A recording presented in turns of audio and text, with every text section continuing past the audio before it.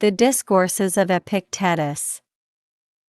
Translated by George Long.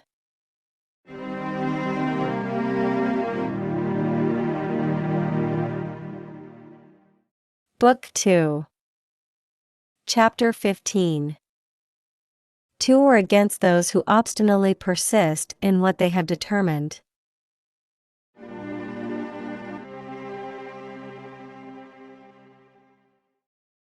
When some persons have heard these words, that a man ought to be constant, firm, and that the will is naturally free and not subject to compulsion, but that all other things are subject to hindrance, to slavery, and are in the power of others, they suppose that they ought without deviation to abide by everything which they have determined. But in the first place that which has been determined ought to be sound, true.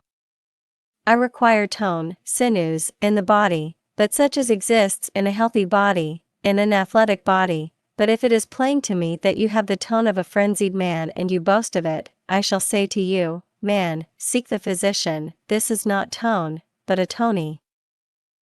Deficiency in right tone.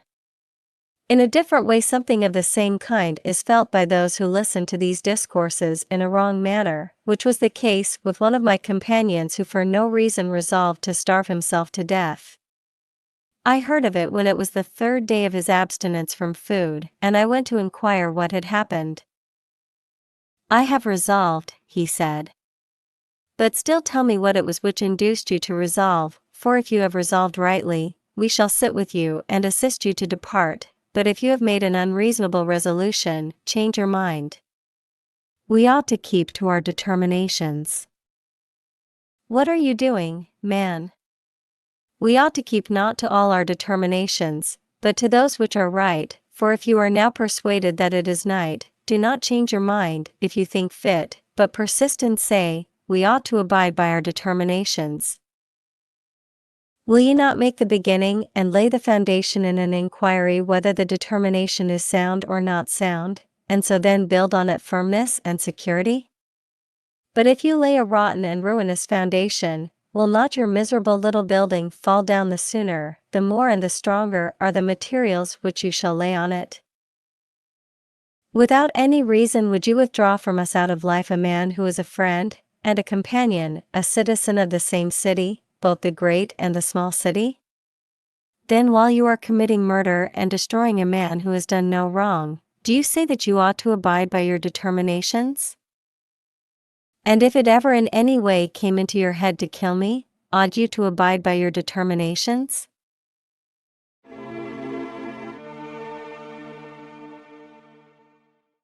Now this man was with difficulty persuaded to change his mind. But it is impossible to convince some persons at present, so that I seem now to know what I did not know before, the meaning of the common saying, that you can neither persuade nor break a fool.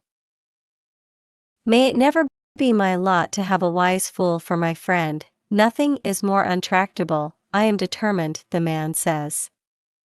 Madmen are also, but the more firmly they form a judgment on things which do not exist, the more hellebore they require.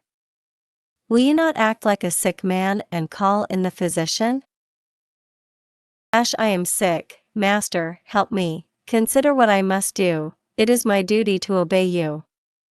So it is here also, I know not what I ought to do, but I am come to learn.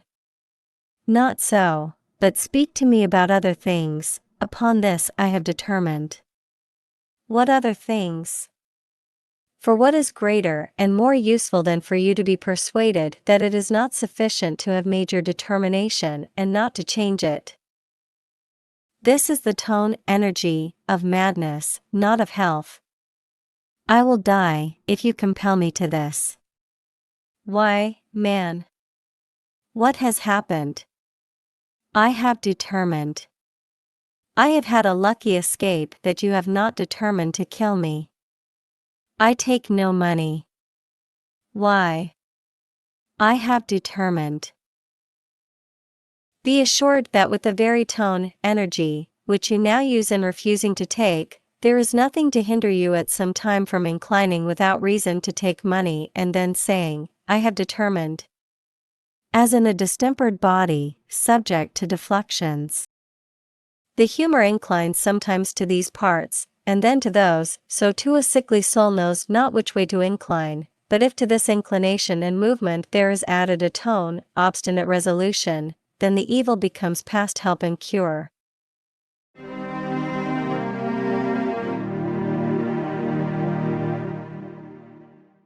Book 2.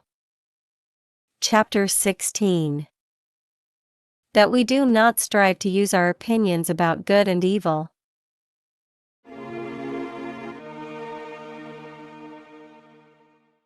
Where is the good? In the will. Where is the evil? In the will. Where is neither of them? In those things which are independent of the will. Well then, does anyone among us think of these lessons out of the schools? Does anyone meditate, strive, by himself to give an answer to things as in the case of questions? Is it day? Yes. Is it night? No. Well, is the number of stars even? I cannot say. When money is shown, offered, to you, have you studied to make the proper answer, that money is not a good thing? Have you practiced yourself in these answers, or only against sophisms? Why do you wonder then if in the cases which you have studied, in those you have improved, but in those which you have not studied, in those you remain the same? When the rhetorician knows that he has written well, that he has committed to memory what he has written, and brings an agreeable voice, why is he still anxious? Because he is not satisfied with having studied. What then does he want? To be praised by the audience? For the purpose then of being able to practice declamation he has been disciplined, but with respect to praise and blame he has not been disciplined. For when did he hear from anyone what praise is, what blame is, what the nature of each is, what kind of praise should be sought, or what kind of blame should be shunned? And when did he practice this discipline which follows these words, things? Why then do you still wonder, if in the matters which a man has learned, there he surpasses others, and in those in which he has not been disciplined, there he is the same with the many? So the lute player knows how to play, sings well, and has a fine dress, and yet he trembles when he enters on the stage, for these matters he understands, but he does not know what a crowd is, nor the shouts of a crowd, nor what ridicule is. Neither does he know what anxiety is, whether it is our work or the work of another, whether it is possible to stop it or not. For this reason if he has been praised, he leaves the theatre puffed up, but if he has been ridiculed, the swollen bladder has been punctured and subsides.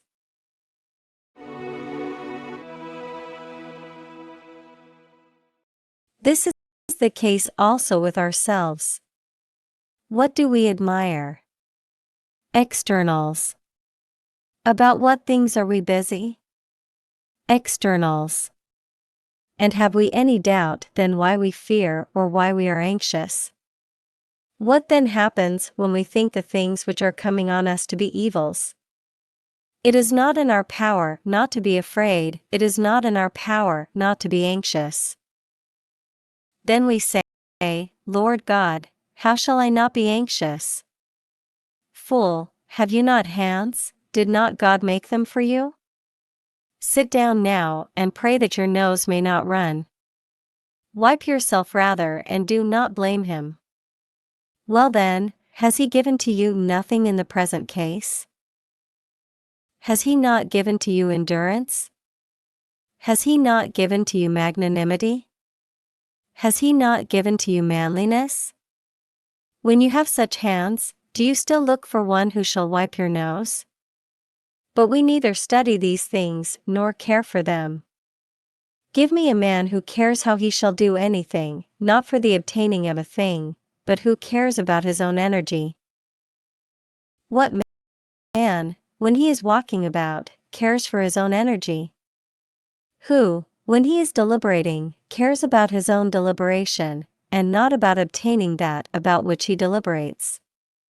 And if he succeeds, he is elated and says, "How well we have deliberated, did I not tell you, brother, that it is impossible, when we have thought about anything, that it should not turn out thus?"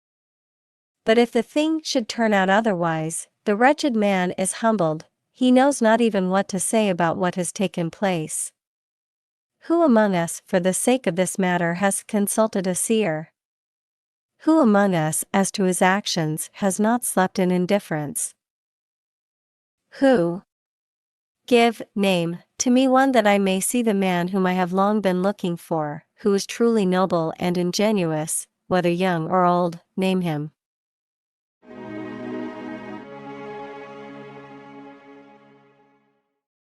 Why then are we still surprised if we are well practiced in thinking about matters, any given subject, but in our acts are low, without decency, worthless, cowardly, impatient of labor, altogether bad? For we do not care about these things, nor do we study them. But if we had feared not death or banishment, but fear itself, we should have studied not to fall into those things which appear to us evils. Now in the school we are irritable and wordy, and if any little question arises about any of these things, we are able to examine them fully. But drag us to practice, and you will find us miserably shipwrecked. Let some disturbing appearance come on us, and you will know what we have been studying and in what we have been exercising ourselves. Consequently, through want of discipline, we are always adding something to the appearance and representing things to be greater than what they are. For instance, as to myself, when I am on a voyage and look down on the deep sea, or look round on it and see no land, I am out of my mind and imagine that I must drink up all this water if I am wrecked, and it does not occur to me that 3 pints are enough. What then disturbs me? The sea? No, but my opinion. Again, when an earthquake shall happen, I imagine that the city is going to fall on me, but is not one little stone enough to knock my brains out?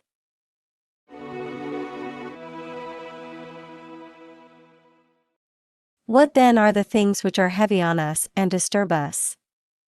What else than opinions? What else than opinions lies heavy upon him who goes away and leaves his companions and friends and places and habits of life? Now little children, for instance, when they cry on the nurse leaving them for a short time, forget their sorrow if they receive a small cake. Do you choose then that we should compare you to little children? No, by Zeus, for I do not wish to be pacified by a small cake, but by right opinions. And what are these? Such as a man ought to study all day, and not to be affected by anything that is not his own, neither by companion nor place nor gymnasia, and not even by his own body, but to remember the law and to have it before his eyes. And what is the divine law? To keep a man's own, not to claim that which belongs to others, but to use what is given, and when it is not given, not to desire it, and when a thing is taken away, to give it up readily and immediately, and to be thankful for the time that a man has had the use of it. If you would not cry for your nurse and mamma, for what matter does it make by what thing a man is subdued, and on what he depends? In what respect are you better than he who cries for a girl, if you grieve for a little gymnasium, and little porticos and young men and such places of amusement? Another comes and laments that he shall no longer drink the water of Dirce. Is the Marcian water worse than that of Dirce? But I was used to the water of Dirce. And you in turn will be used to the other. Then if you become attached to this also, cry for this too, and try to make a verse like the verse of Euripides.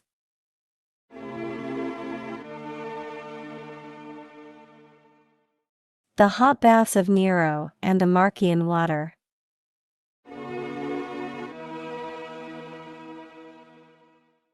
See how tragedy is made when common things happen to silly men.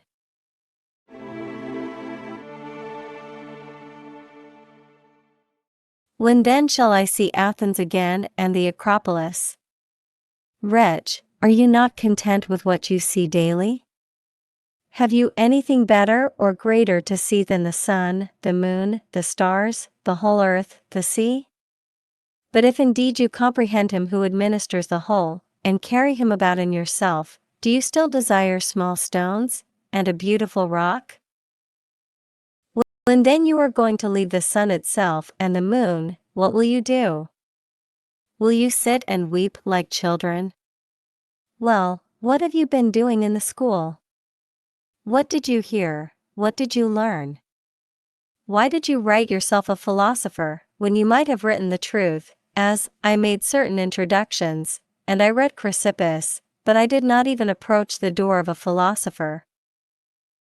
For how should I possess anything of the kind which Socrates possessed, who died as he did, who lived as he did, or anything such as Diogenes possessed? Do you think that any one of such men wept or grieved, because he was not going to see a certain man, or a certain woman, nor to be in Athens or in Corinth, but, if it should so happen, in Susa or in Ecbatana?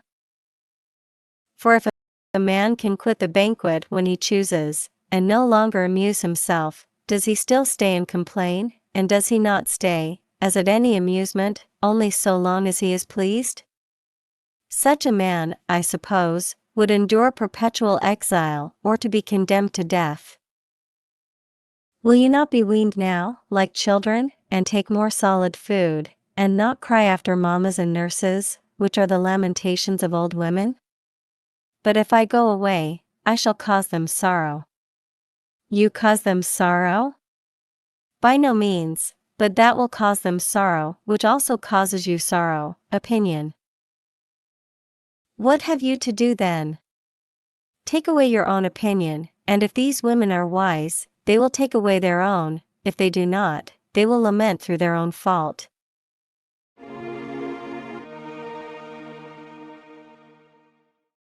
My man, as the proverb says, make a desperate effort on behalf of tranquility of mind, freedom, and magnanimity.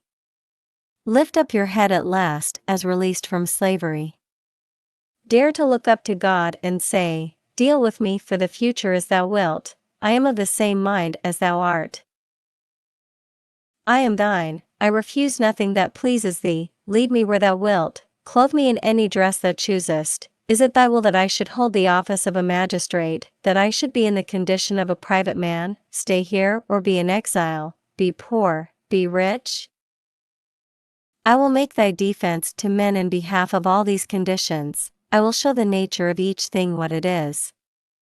You will not do so, but sit in an ox's belly and wait for your mamma till she shall feed you. Who would Hercules have been, if he had sat at home? He would have been Eurystheus and not Hercules. Well, and in his travels through the world how many intimates and how many friends had he? But nothing more dear to him than God. For this reason it was believed that he was the Son of God, and he was. In obedience to God, then he went about purging away injustice and lawlessness. But you are not Hercules, and you are not able to purge away the wickedness of others, nor yet are you Theseus, able to purge away the evil things of Attica. Clear away your own. From yourself, from your thoughts cast away instead of Procrustes and Cyrene, sadness, fear, desire, envy, malevolence, avarice, effeminacy, intemperance. But it is not possible to eject these things otherwise than by looking to God only, by fixing your affections on Him only, by being consecrated to His commands. But if you choose anything else, you will with sighs and groans be compelled to follow what is stronger than yourself. Always seeking tranquility, and never able to find it, for you seek tranquility there where it is not, and you neglect to seek it where it is.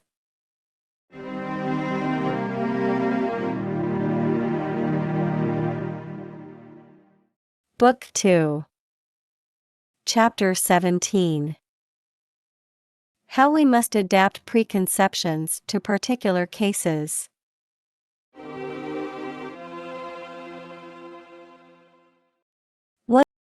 What is the first business of him who philosophizes? To throw away self-conceit, oesis. For it is impossible for a man to begin to learn that which he thinks that he knows.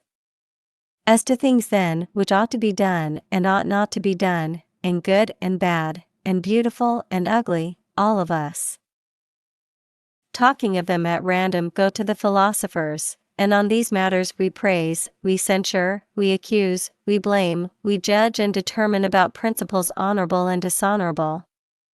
But why do we go to the philosophers? Because we wish to learn what we do not think that we know. And what is this? Theorems. For we wish to learn what philosophers say as being something elegant and acute, and some wish to learn that they may get profit from what they learn. It is ridiculous then to think that a person wishes to learn one thing, and will learn another, or further, that a man will make proficiency in that which he does not learn. But the many are deceived by this which deceived also the rhetorician Theopompus, when he blames even Plato for wishing everything to be defined. For what does he say? Did none of us, before you use the words good or just, or do we utter the sounds in an unmeaning and empty way without understanding what they severally signify? Now who tells you, Theopompus, that we had not natural notions of each of these things and preconceptions, Prolepsius? But it is not possible to adapt preconceptions to their correspondent objects if we have not distinguished, analyzed them, and inquired what object must be subjected to each preconception. You may make the same charge against physicians also. For who among us did not use the words healthy and unhealthy before Hippocrates lived, or did we utter these words as empty sounds? For we have also a certain preconception of health, but we are not able to adapt it. For this reason one says, abstain from food, another says, give food, another says, bleed, and another says, use cupping. What is the reason? Is it any other than that a man cannot properly adapt the preconception of health to particulars?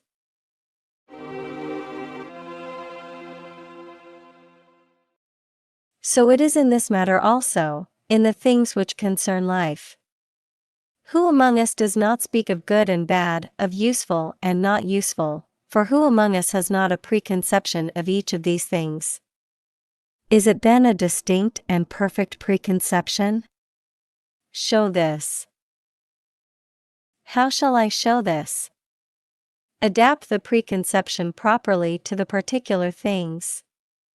Plato, for instance, subjects definitions to the preconception of the useful, but you to the preconception of the useless. Is it possible then that both of you are right? How is it possible? Does not one man adapt the preconception of good to the matter of wealth, and another not to wealth, but to the matter of pleasure and to that of health? For, generally, if all of us who use those words know sufficiently each of them, and need no diligence in resolving, making distinct, the notions of the preconceptions, why do we differ, why do we quarrel, why do we blame one another?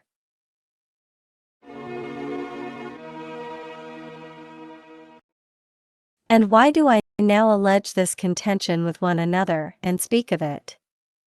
If you yourself properly adapt your preconceptions, why are you unhappy, why are you hindered? Let us omit at present the second topic about the pursuits, ormas, and the study of the duties which relate to them. Let us omit also the third topic, which relates to the ascents, subcatathesize. I give up to you these two topics.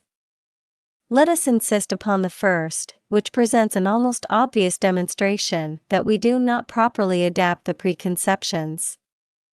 Do you now desire that which is possible and that which is possible to you? Why then are you hindered? Why are you unhappy? Do you not now try to avoid the unavoidable? Why then do you fall in with anything which you would avoid? Why are you unfortunate? Why, when you desire a thing, does it not happen, and, when you do not desire it, does it happen? For this is the greatest proof of unhappiness and misery. I wish for something, and it does not happen. And what is more wretched than I?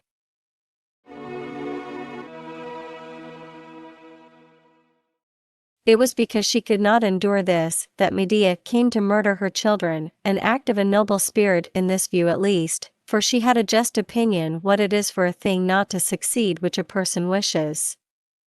Then she says, "Thus I shall be avenged on him, my husband, who has wronged and insulted me, and what shall I gain if he is punished thus? How then shall it be done? I shall kill my children, but I shall punish myself also, and what do I care?" This is the aberration of soul which possesses great energy. For she did not know wherein lies the doing of that which we wish, that you cannot get this from without, nor yet by the alteration and new adaptation of things. Do not desire the man, Jason, Medea's husband, and nothing which you desire will fail to happen. Do not obstinately desire that he shall live with you, do not desire to remain in Geraint, and in a word desire nothing than that which God wills. And who shall hinder you? Who shall compel you? No man shall compel you any more than he shall compel Zeus.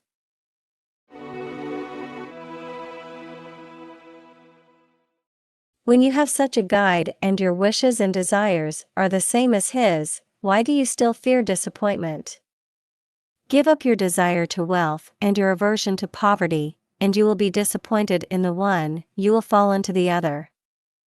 Well, give them up to health, and you will be unfortunate, give them up to magistracies, honors, country, friends, children, in a word to any of the things which are not in man's power, and you will be unfortunate.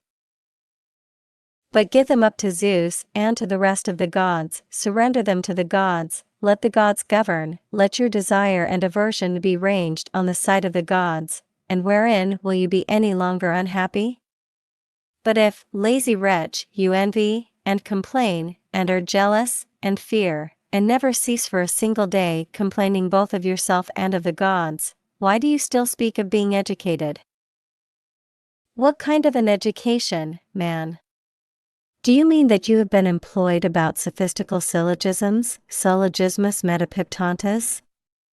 Will you not, if it is possible, unlearn all these things and begin from the beginning, and see at the same time that hitherto you have not even touched the matter? And then commencing from this foundation, will you not build up all that comes after, so that nothing may happen which you do not choose, and nothing shall fail to happen which you do choose?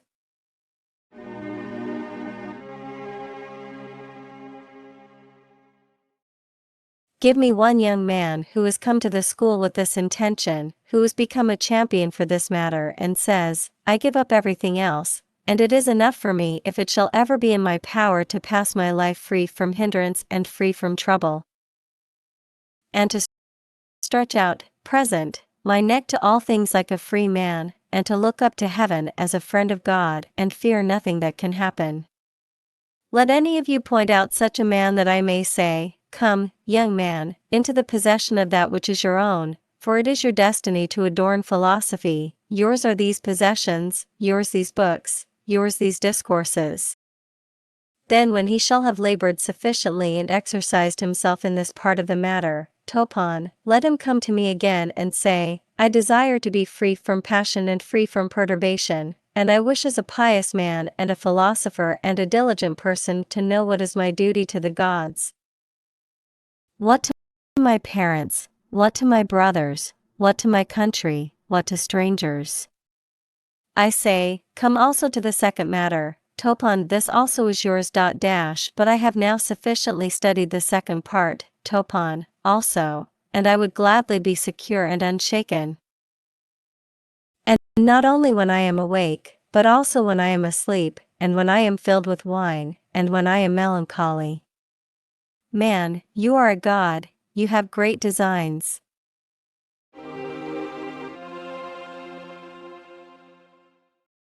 No, but I wish to understand what Chrysippus says in his treatise of the Pseudomenos, the liar. Will you not hang yourself, wretch, with such your intention? And what good will it do you? You will read the whole with sorrow, and you will speak to others trembling. thus you also do. Do you wish me, brother, to read to you, and you to me? You write excellently, my man, and you also excellently in the style of Xenophon, and you in the style of Plato, and you in the style of Antisthenes. Then having told your dreams to one another you return to the same things, your desires are the same, your aversions the same, your pursuits are the same, and your designs and purposes, you wish for the same things and work for the same. In the next place, you do not even seek for one to give you advice, but you are vexed if you hear such things, as I say. Then you say, an ill-natured old fellow, when I was going away, he did not weep, nor did he say, into what danger you are going. If you come off safe, my child, I will burn lights. This is what a good-natured man would do. It will be a great thing for you if you do return safe, and it will be worthwhile to burn lights for such a person, for you ought to be immortal and exempt from disease.